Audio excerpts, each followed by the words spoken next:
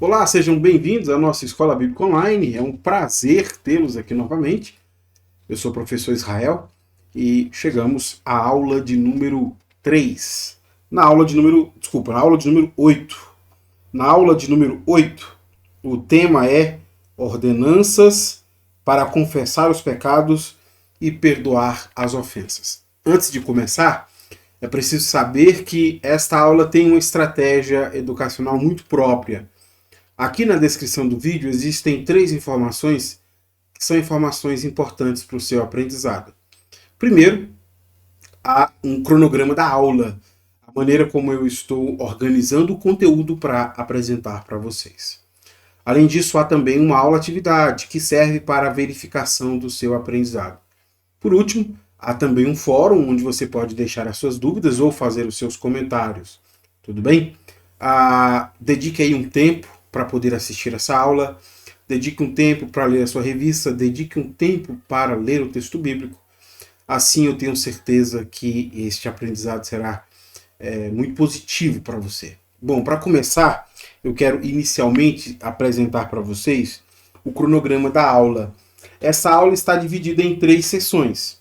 Na primeira sessão da aula, eu quero explicar para vocês o contexto literário de Marcos 11, 25. Por que Marcos 11, 25? Porque, segundo o comentarista da revista, esse é o texto áureo, o texto mais importante desta lição. Então, na primeira sessão, eu quero explicar o contexto literário de Marcos 11, 25. Na segunda sessão dessa aula, eu quero então explicar os versículos de número 22 até o versículo de número 26. Por fim, na terceira sessão dessa aula, eu quero encerrar esta aula fazendo algumas aplicações. Como falei, aqui embaixo na descrição do vídeo você vai encontrar todas essas informações para que você possa se organizar em relação à estratégia para o seu aprendizado e a maneira como o conteúdo está organizado para você. Tudo bem? Começando a primeira sessão, eu quero iniciar explicando para vocês o contexto literário de Marcos 11, 25. O texto que nós vamos estudar possui uma série de eventos que são eventos assim difíceis de serem conectados. Veja, eu coloquei estes eventos aqui organizados para você perceber como são eventos difíceis de serem conectados. Primeiro nós temos versículo 12 ao 14 e depois do 20 ao 21, a maldição da figueira. Depois nós temos Jesus, nos versículos 15 a 19, purificando o templo. E por último, nós temos nos versículos 22 a 26, ensinamentos de Jesus sobre oração. Veja que todos estes assuntos, eles estão conectados, mas são difíceis de serem conectados. Porque veja, no Evangelho de Marcos e no Evangelho de João, 2 eventos estão associados à purificação do templo. Primeiro, a Páscoa, e segundo, a questão sobre a autoridade de Jesus. Mas em nenhum desses textos há uma associação direta entre a purificação do templo e a maldição da figueira. Por isso que alguns intérpretes preferem ler esses textos como eventos separados, porque é difícil criar alguma conexão. Veja que a própria distribuição dos assuntos, né? Maldição, purificação, ensinamento, maldição de uma figueira, purificação do templo, ensinamento sobre oração. Todos esses são assim assuntos difíceis de serem conectados. Bom, eu pretendo explicar para vocês essas conexões porque elas existem. Apesar de ser difícil de conectar esse texto como um texto homogêneo, eu pretendo mostrar para vocês que há uma certa conexão na maneira como Jesus está construindo aqui o seu argumento, na maneira como Marcos está narrando esses eventos para a gente. Então nós vamos seguir aqui com essas conexões explicando passo a passo. Aqui na primeira sessão, eu quero explicar essa primeira conexão que há. Deixa eu limpar aqui.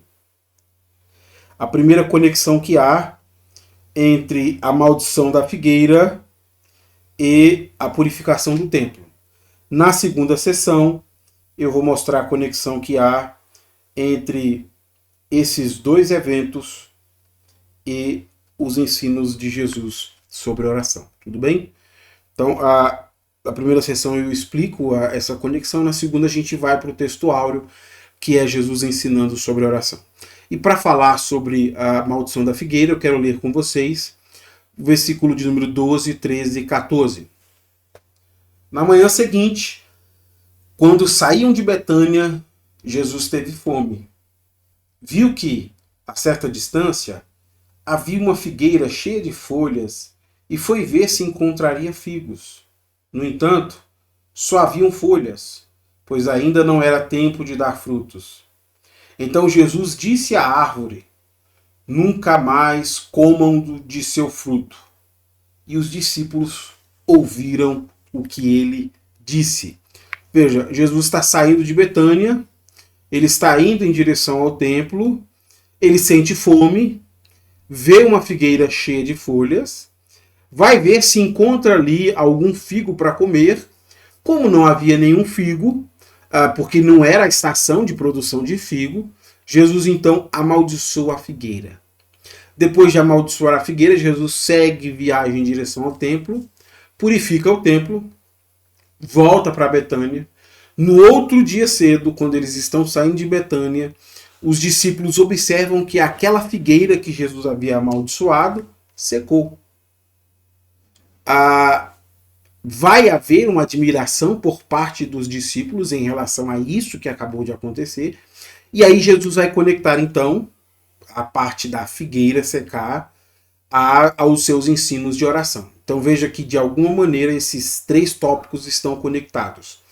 Para a gente entender a conexão que começa a ser construída entre eles, nós precisamos começar tentando entender por que é que Jesus amaldiçoou uma figueira que não tinha figos, se aquela não era a época própria para figos. E para nos ajudar a entender isso, eu coloquei aqui um comentário bem esclarecedor sobre essa questão. Se não era a estação de figos, por que Jesus amaldiçoou a figueira por algo que ela não era capaz de fazer? Sua ação parabólica não é mais uma lição sobre horticultura do que a parábola da figueira em Lucas 13, versículos 6 a 9. O comentário explicativo é destinado a ajudar os leitores de Marcos a perceber o que Jesus está fazendo na história não é sobre uma figueira. Deixa eu frisar isso aqui, ó. Isso aqui é importante. O que Jesus está fazendo na história não é sobre uma figueira. É, antes, um ato simbólico. Uma parábola encenada que explica o significado da purificação do templo, intercalada nas duas partes deste evento parabólico. Então, segundo aqui o Stein, há uma conexão entre esses três eventos. Quando nós estamos tentando compreender o motivo de Jesus amaldiçoar a figueira, é que nós conseguimos conectar essa história com a purificação do templo. A figueira, ela foi frequentemente usada como um símbolo para pronunciar mensagens proféticas de julgamento contra as nações. Por exemplo, o profeta Isaías, Oséias, Joel, Miqueias, Jeremias, Abacuque, Naum, todos eles usam a imagem de uma figueira para anunciar o julgamento do Senhor contra Israel, contra Judá e contra as nações. Jesus aqui está fazendo o mesmo. Este é um ato simbólico. Ele está dizendo que eles se tornaram figueiras que não produzem frutos. Israel é uma figueira que não produz frutos. E nessa analogia que Jesus está construindo aqui, a figueira representa Israel, que está sendo julgada pelo próprio Messias por não produzir esses frutos. Diferente dos profetas, que o julgamento era feito pelo profeta que anunciava a mensagem, aqui é o próprio Messias quem está julgando Israel. dentro desta analogia, as folhas são essas atividades religiosas que eles praticam e que deixam ali a figueira com uma boa aparência, né? Então eles praticam atividades religiosas de devoção a Deus para dar esse senso de que eles são bonitos e belos, mas apesar dessa aparência, Israel falhou em produzir frutos. Por isso que Jesus está amaldiçoando a figueira, porque este é um ato simbólico que descreve a futura condição de Israel. Eu repito o que o Stein disse aqui, ó. O que Jesus está fazendo na história não é sobre uma figueira. Preste atenção, isso é importante. Este é um ato simbólico que descreve a futura condição de Israel. E por isso que se conecta com a purificação do templo. Porque Jesus está fazendo isso com a figueira, que é o mesmo que ele vai fazer com Israel, a partir desta ida ao templo. Ir ao templo é uma constatação de que esta figueira não produz frutos. E por causa disso, Jesus vai anunciar um juízo contra Israel, que é um juízo, assim como o dos profetas, porque eles deixaram de produzir os frutos que se esperavam. E aí Jesus vai utilizar esses dois acontecimentos, tanto o acontecimento da figueira como o acontecimento da purificação do templo, para poder tirar lições valiosas aos seus discípulos sobre a oração. Então perceba que são 3 eventos. No primeiro evento, Jesus encontra uma figueira, e essa figueira representa Israel, e como o Messias está julgando Israel, pela maneira como eles se tornaram infrutíferos. Depois, Jesus vai ao templo. No templo, Jesus purifica o templo por causa do que eles fizeram com a casa de Deus. E depois, Jesus vai pegar essas duas histórias, esses 2 eventos, e vai deles tirar algumas lições sobre oração. Começando então a segunda sessão, eu quero exatamente explicar para vocês essa conexão que vai ser criada aqui por Jesus entre a maldição da figueira, a purificação do templo e a questão da oração, o ensino de Jesus sobre a oração. Para isso, eu queria começar explicando para vocês as palavras introdutórias que vão nos levar ao ensino sobre oração. Veja comigo.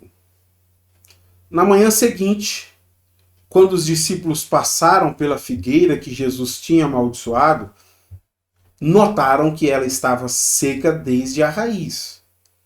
Pedro se lembrou do que Jesus tinha dito à árvore e exclamou: "Veja, mestre, a figueira que o Senhor amaldiçoou secou." Então Jesus disse aos discípulos: "Tenham fé." Pedro diz que a maldição que eles ouviram Jesus pronunciar sobre a figueira no dia anterior se cumpriu. E veja, já que esta é uma maldição que retrata a condição de Israel, o que Marcos quer mostrar é que o julgamento de Jesus é certo. Assim como aconteceu com esta figueira que secou até a raiz, o julgamento do Messias sobre Israel não produzir frutos também será certo. Eles verão o juízo contra a sua postura e a sua atitude. Aquela figueira está totalmente seca, mostrando que há uma validade no julgamento de Jesus sobre Israel e que já dá para perceber que o que Jesus vai fazer é certo. Agora, lendo esse versículo novamente, você consegue me dizer qual é a resposta de Jesus para essa afirmativa admirada de Pedro? A resposta de Jesus é: tenham fé em Deus. Parece não ter muita conexão, né? Os discípulos estão admirados com o que acabou de acontecer. Na verdade, Pedro está anunciando isso, né, em nome dos discípulos. E a resposta de Jesus é: tenha fé em Deus. Para a gente entender, então, o que Jesus está dizendo, nós precisamos examinar esta afirmativa dentro do seu contexto, e é isso que eu quero fazer agora. examinando com vocês versículo 22 e 23. Então Jesus disse aos discípulos: tenham fé em Deus. Eu lhes digo a verdade, pois vocês poderão dizer a este monte: levante-se e atire-se no mar, e isso acontecerá. É preciso, no entanto, crer que acontecerá e não ter nenhuma dúvida em seu coração. Deixa eu te fazer algumas perguntas sobre esse texto para ajudar aqui na compreensão da mensagem e conectar os 3 pontos da maldição da figueira, da purificação do templo e dos ensinos sobre a oração. O que acontece se eles tiverem fé em Deus? Se precisar apertar pause, pode apertar. Mas, caso você já tenha notado, se eles tiverem fé em Deus, poderão dizer a este monte: levante-se e atire-se no mar, e isso acontecerá. Segunda pergunta, e essa também é uma pergunta importante. Que monte é esse que Jesus está dizendo que, se eles tiverem fé, eles vão dizer para este monte sair daqui de onde ele está e ir para o mar? Para responder essa pergunta, é preciso estar atento ao contexto. Veja, Jesus acaba de anunciar o seu julgamento sobre o templo. Esse mesmo templo que Jesus pré-anuncia o seu julgamento é um templo que está sobre um monte. Então, muito provavelmente, o monte a que Jesus se refere é o monte do templo. Ou seja, Jesus está prometendo aos seus discípulos que, se eles crerem em Deus, eles verão atos semelhantes de fé a este que Jesus está fazendo.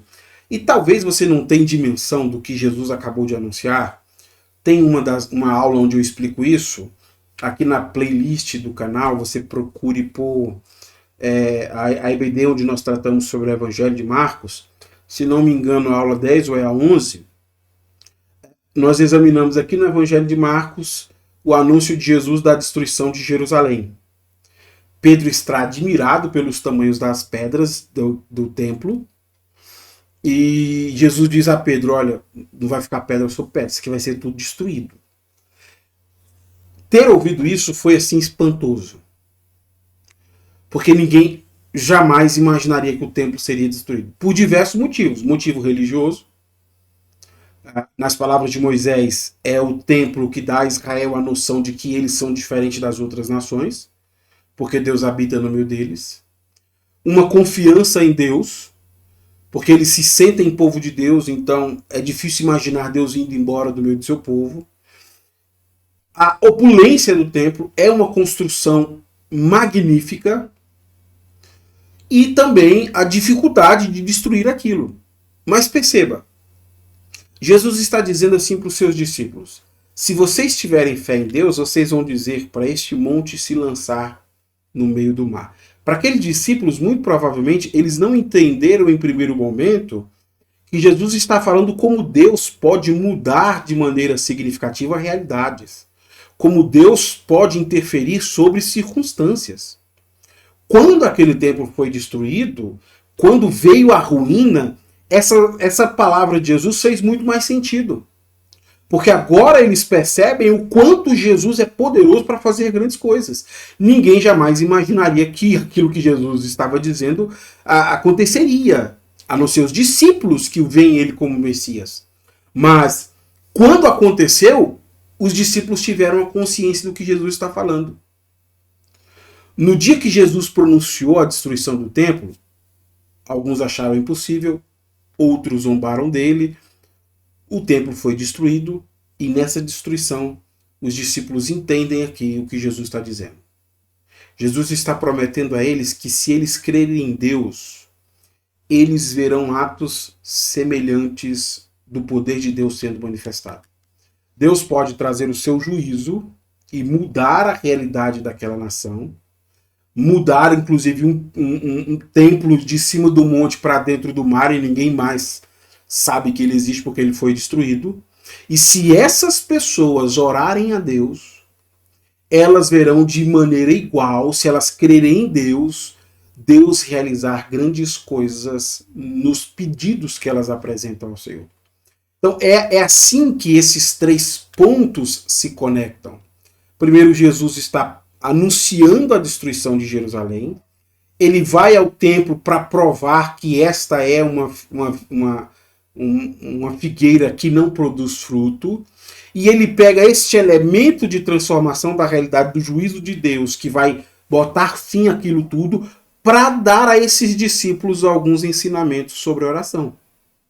Se esses discípulos orarem com fé em Deus, eles poderão ver Deus realizando grandes coisas. Assim como as grandes coisas que Jesus está anunciando sobre o futuro do templo e de Jerusalém. Bom, como Jesus está fazendo analogias aqui, nós não devemos compreender essas promessas de Jesus de maneira literal, como se literalmente um monte saísse do seu lugar. Essa afirmativa de Jesus serve para indicar aos discípulos a confiança que eles devem ter em Deus enquanto oram. E isso fica ainda mais claro no versículo de número 24, onde Jesus vai passar a explorar mais a questão da fé necessária para aqueles que oram. Veja comigo. Digo-lhes que, se crerem que já receberam qualquer coisa que pedirem em oração, lhes serás concedido. Se eles estiverem em posse da fé que foi descrita no versículo 23, eles literalmente terão todos os seus pedidos atendidos. Mas aí Jesus estabelece duas condições para que esses pedidos sejam atendidos. A primeira condição aparece aqui no versículo 24 e a segunda condição aparece no versículo 25. Então eu começo explicando a primeira condição para ter todos os pedidos atendidos. Depois a gente vai ao versículo 25, ver a segunda condição que Jesus estabelece para também ter os seus pedidos atendidos. Lendo o versículo 24, você consegue me dizer qual é a primeira condição para ter o nosso pedido feito em oração atendido? As palavras de Jesus aqui são muito claras. É necessário crer que já receberam. O sentido dessa afirmativa é destacar que não pode haver em nenhum desses discípulos dúvida no seu coração enquanto eles estiverem orando a Deus. Não é possível se voltar a Deus dizendo ter fé nele, mas duvidar no coração sobre o que Deus pode fazer. A dúvida aqui, ela revela a dimensão do pedido. Deus tem poder para fazer grandes coisas, inclusive destruir esse templo. A descrença e a crença são posturas que essas pessoas tomam em relação ao que Deus pode fazer. O quanto Deus é poderoso para fazer coisas que às vezes são inimagináveis para nós. No caso deles, o que Jesus está dizendo é que se eles quiserem ter as suas orações atendidas, eles devem acreditar no poder de Deus. Se eles orarem com fé em Deus, sem ter dúvida em seu coração, então eles serão atendidos. E aí no versículo de número 25, Jesus coloca para a gente a segunda exigência para que eles tenham as suas orações atendidas. Leia comigo o versículo 25. Quando estiverem orando, se tiverem alguma coisa contra alguém, perdoem-no, para que seu Pai no céu também perdoe seus pecados. Esse talvez é um dos aspectos mais negligenciados da prática da oração. Estou me referindo à prática da oração penitente. Tem gente que nem sabe o que é a oração penitente. Então deixa eu explicar para vocês porque isso aqui é importante. Depois de ouvir as palavras de Jesus sobre orações atendidas, que foram ditas aí no versículo 24, que eu acabei de explicar para vocês, a pessoa que ouve o que Jesus acaba de falar pode criar uma compreensão errada sobre o que Jesus está dizendo. Talvez lendo de maneira isolada o versículo 24, alguém pense assim: já que é só pedir com fé, crendo, e depois de orar e crer, as coisas vão acontecer, naturalmente, Deus está obrigado a atender os meus pedidos. Está escrito na Bíblia, aí cita-se de maneira isolada o versículo de número 24. Então Jesus ajusta tudo no versículo 25.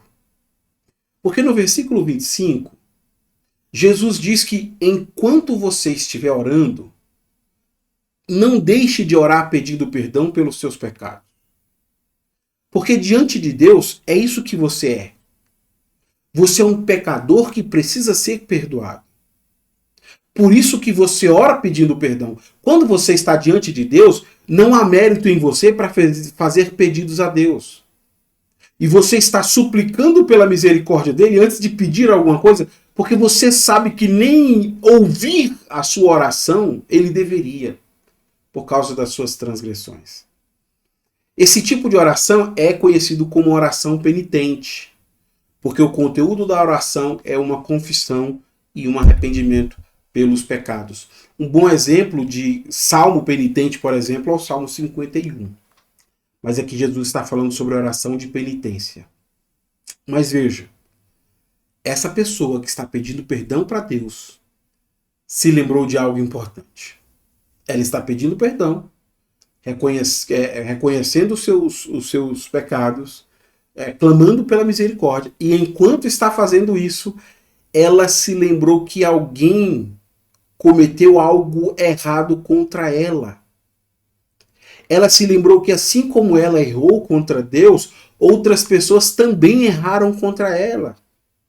Nesse momento, essa pessoa deve tratar aqueles que erraram contra ela da mesma maneira como ela quer ser tratada por Deus. Ele deve perdoar assim como deseja ser perdoado. Veja, quando estiverem orando, se tiverem alguma coisa contra alguém, perdoem-no, para que seu Pai no céu também perdoe seus pecados. Jesus está dizendo que esses dois compromissos andam juntos. Na oração, nós pedimos que Deus nos perdoe. Assim como nós perdoamos aqueles que nos ofendem. O sentido aqui é muito específico. Se nós que somos pecadores conseguimos perdoar, imagine o nosso Deus que é santo. Se nós que somos pecadores conseguimos tratar com bondade outras pessoas, imagine o nosso Deus que é misericordioso. Por isso que no versículo de número 26, Jesus coloca ainda mais ênfase neste aspecto do perdão. Leia comigo. Mas, se vocês se recusarem a perdoar, seu Pai no céu não perdoará seus pecados. Jesus aplicou a história da figueira, dizendo que seus discípulos também verão atos extraordinários de Deus. Para isso, para ver Deus fazer grandes coisas, é preciso orar com fé. É preciso orar crendo que nós receberemos aquilo que nós pedimos ao Senhor. Mas além disso, essas pessoas precisam tratar os outros com a mesma misericórdia com a qual Deus os tratou. Nós merecíamos o juízo de Deus, mas recebemos o seu perdão. Quando nós estamos orando, confessando as nossas transgressões, nós precisamos nos lembrar de maneira muito clara que se eu me recusar a perdoar as pessoas que pecaram contra mim, Deus vai usar comigo o mesmo rigor.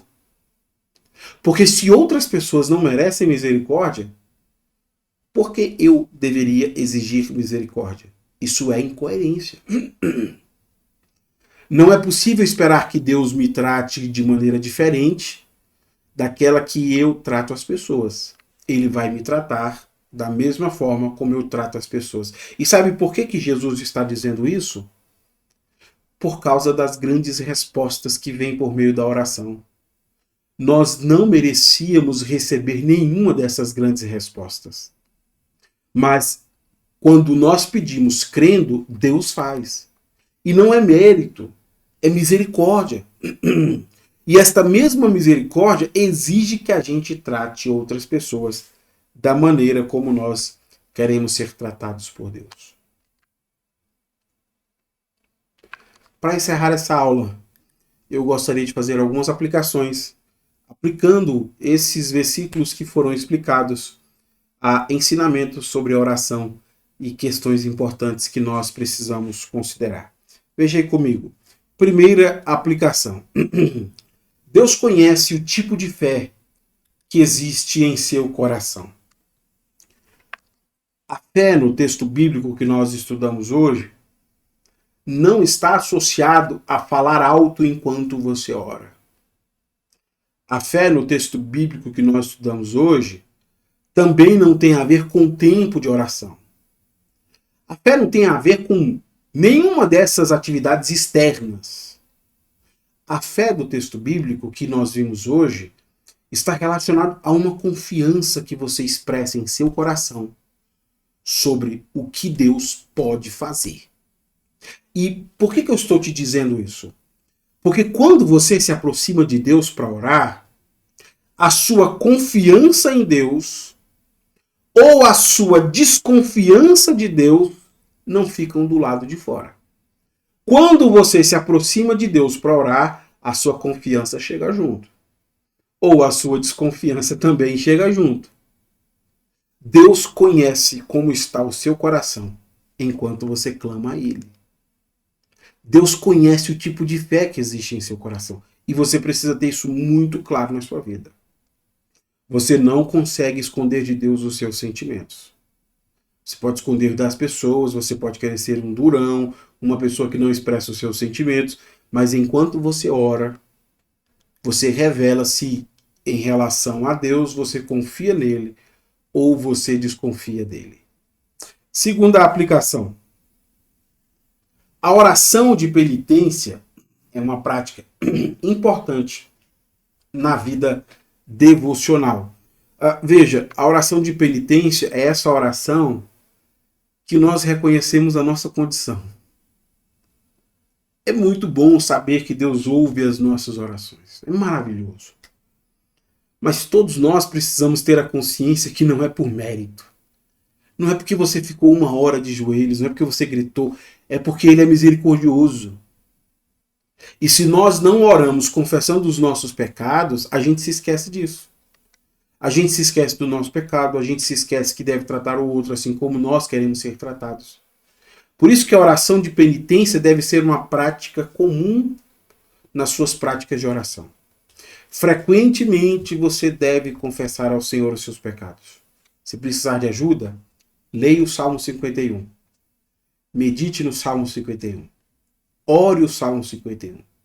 Ele é um bom exemplo de como um cântico de oração, como uma penitência de oração, nos ajuda a ver a nossa condição e o quanto que Deus nos ama. Terceira aplicação. Não racionalize sobre o perdão. Esse deve ser um compromisso do coração. Aqui eu estou fazendo este trocadilho porque o contraste é bem simples. Quando nós pensamos nas ofensas que as pessoas praticam contra nós, nós tratamos as ofensas das pessoas com racionalização. Olha, eu não vou perdoar porque é imperdoável, não é a primeira vez, ofendeu a minha honra. Nós racionalizamos e procuramos aí uma estrutura lógica para dizer se dá ou não para perdoar. Mas essa mesma racionalização, ela não é utilizada quando somos nós que pecamos contra Deus. Quando somos nós que pecamos contra Deus, nós pedimos que Ele use de bondade. Senhor, não leve em consideração os meus muitos pecados. Lembra da tua bondade, lembra da tua misericórdia. Você percebe? Quando nós estamos falando dos nossos pecados, nós queremos bondade e misericórdia. quando nós estamos tratando do pecado dos outros contra nós, nós queremos racionalizar? É impossível. Por isso que a aplicação aqui é muito clara. Não racionalize sobre o perdão. O perdão deve ser um compromisso do seu coração. Você precisa tratar as pessoas com a consciência que, se você não perdoar aqueles que erram contra você, o seu Pai Celestial também não vai lhe perdoar. É preciso haver um compromisso do seu coração em relação a isso. Se você quiser racionalizar, racionalize também sobre como Deus vai lhe tratar. Ele vai lhe tratar da mesma maneira como você trata aqueles que lhe ofendem. Quarta aplicação. Jesus é o único que pode lhe ajudar a deixar a incredulidade e seguir com fé.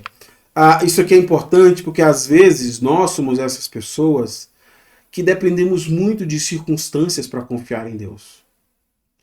Você às vezes precisa de um cartão de crédito, precisa de um amigo, você precisa de saúde, você precisa de tantas coisas para sentir confiança. E quando essas coisas não acontecem, você faz o quê? Você fica desconfiante. Ai, pastor, eu queria acreditar em Deus, queria confiar em Deus, queria depositar em Deus a minha esperança, mas eu não tenho fé. A aplicação aqui é que Jesus é o único que pode te acrescentar fé. E para fazer essa aplicação, eu queria ler um texto interessante aqui no Evangelho de Marcos. Jesus está conversando com um homem que tem o seu filho possuído por um demônio. E aí a explicação é, versículo 22. Muitas vezes o espírito o lança no fogo ou na água e tenta matá-lo. Tenha misericórdia de nós e ajude-nos. Olha só, se puder. Eles estão dizendo isso para Jesus. E Jesus responde, se puder? Perguntou Jesus. Tudo é possível para aquele que crê. Não é alguma coisa, é tudo. No mesmo instante, o pai respondeu, eu creio, mas ajude-me a superar minha incredulidade. A incredulidade, ela surge principalmente quando o nosso cenário ele é totalmente inóspito para as nossas vidas. Quando ele nos deixa impotentes. Quando ele nos machuca, nos fere, nos causa sofrimento. Nesses cenários, ser incrédulo parece ser a coisa mais espontânea. Porque a gente vai sendo amaciado e machucado e maltratado pelas circunstâncias. De maneira que chega uma hora que a gente começa a duvidar se as coisas podem mudar.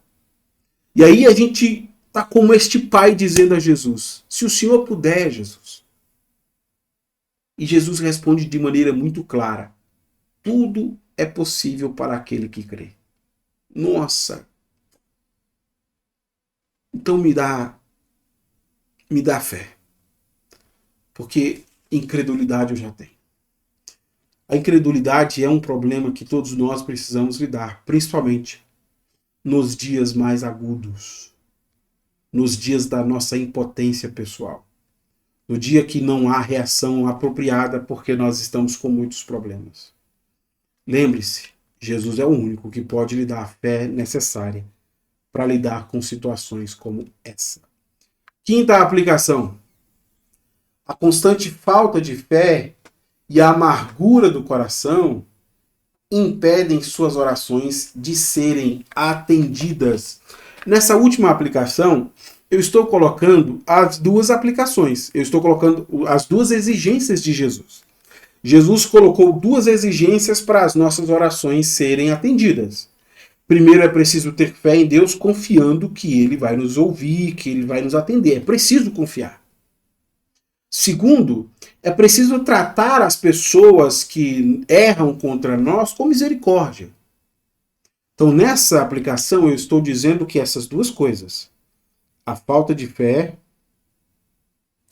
e a amargura do coração, são problemas muito sérios que impedem as nossas orações de serem atendidas. E para apontar isso, eu queria ler um texto de Tiago, que é um texto onde Tiago aplica esses dois princípios de Jesus às práticas de uma igreja local. mostrando de fato como esses dois problemas da incredulidade e o problema de tratar mal os seus irmãos são situações que impedem as suas orações de serem atendidas. Tiago, capítulo 4, eu passo a ler a partir do versículo de número 1.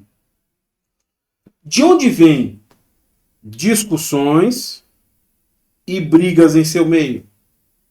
Acaso não procedem dos seus prazeres que guerreiam dentro de vocês? O que vocês querem? Vocês querem o que não têm. E até matam para consegui-lo. Invejam o que os outros possuem. Lutam e fazem guerra para tomar deles.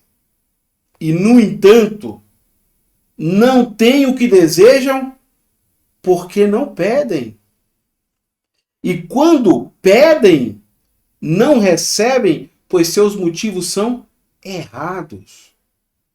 Pedem apenas o que lhes dará prazer. Nossa, que aplicação perfeita de Tiago, né? Porque aqui, Tiago capítulo 4, os dois pontos estão aqui, ó, em consonância. Vocês não pedem, vocês não recebem porque vocês não pedem. Isso é incredulidade. De querer resolver as coisas do seu jeito, a sua forma, a sua maneira, de não confiar em Deus, de não se voltar a Deus, de não apresentar a Deus as suas orações, de não suplicar pelo pão nosso. É por isso que você não pede, por isso que você não recebe, você não pede. Falta a você fé, mas falta a você também misericórdia. Todos esses problemas relacionados aqui são problemas em relação à maneira como tratamos outras pessoas. Veja, discussões, brigas, matar, invejar, lutar, guerrear, todos são pecados que cometemos contra os nossos irmãos. Nós deveríamos usar de misericórdia e estamos tratando eles de maneira inapropriada. Por isso que o versículo 3 é tão importante. Quando pedem, não recebem, pois seus motivos são errados. Pedem apenas o que lhes dá prazer. Jesus não está nos prometendo um cheque em branco dizendo: olha, eu estou te dando um cheque assinado, coloca o valor que você quiser. Jesus está nos dando uma condição real para termos as nossas orações atendidas. Assim como ele pode mudar um monte de lugar, ele pode fazer grandes coisas em nossas vidas e para os nossos pedidos. Para isso, é necessário ter fé em Deus. Para isso, é necessário crer que Deus tem poder para realizar. Mas também é necessário perdoar aqueles que pecam contra nós. As nossas motivações não podem ser egoístas. Nós não podemos viver uma vida reagindo ao ódio dos outros. Nós temos que abandonar essa sina do nosso século, do cancelamento, do ódio, do litígio. Todo e qualquer motivo nós estamos ofendendo alguém, tratando alguém mal. Comentários da internet, confusão de trânsito. Essa beligerância toda tem feito mal. Porque quando você abre a sua boca para orar, você não recebe. Porque você quer que Deus te trate de uma maneira que você não trata os seus irmãos. Nós precisamos começar a desfrutar os benefícios da oração. Mas para isso, nós precisamos começar a orar de maneira apropriada. Nessa aula eu oro a Deus pela sua vida, pedindo que o Espírito Santo te ajude a avaliar onde é que você tem errado. Onde é que você tem tropeçado? É na incredulidade ou é na falta de misericórdia? Para que este não seja mais um obstáculo que atrapalha você de orar ao Senhor. Eu espero que este conteúdo tenha sido útil à sua fé. Se o nosso bondoso Deus nos permitir, nós nos encontramos aqui na semana que vem para seguirmos com a nossa aula. Até lá então.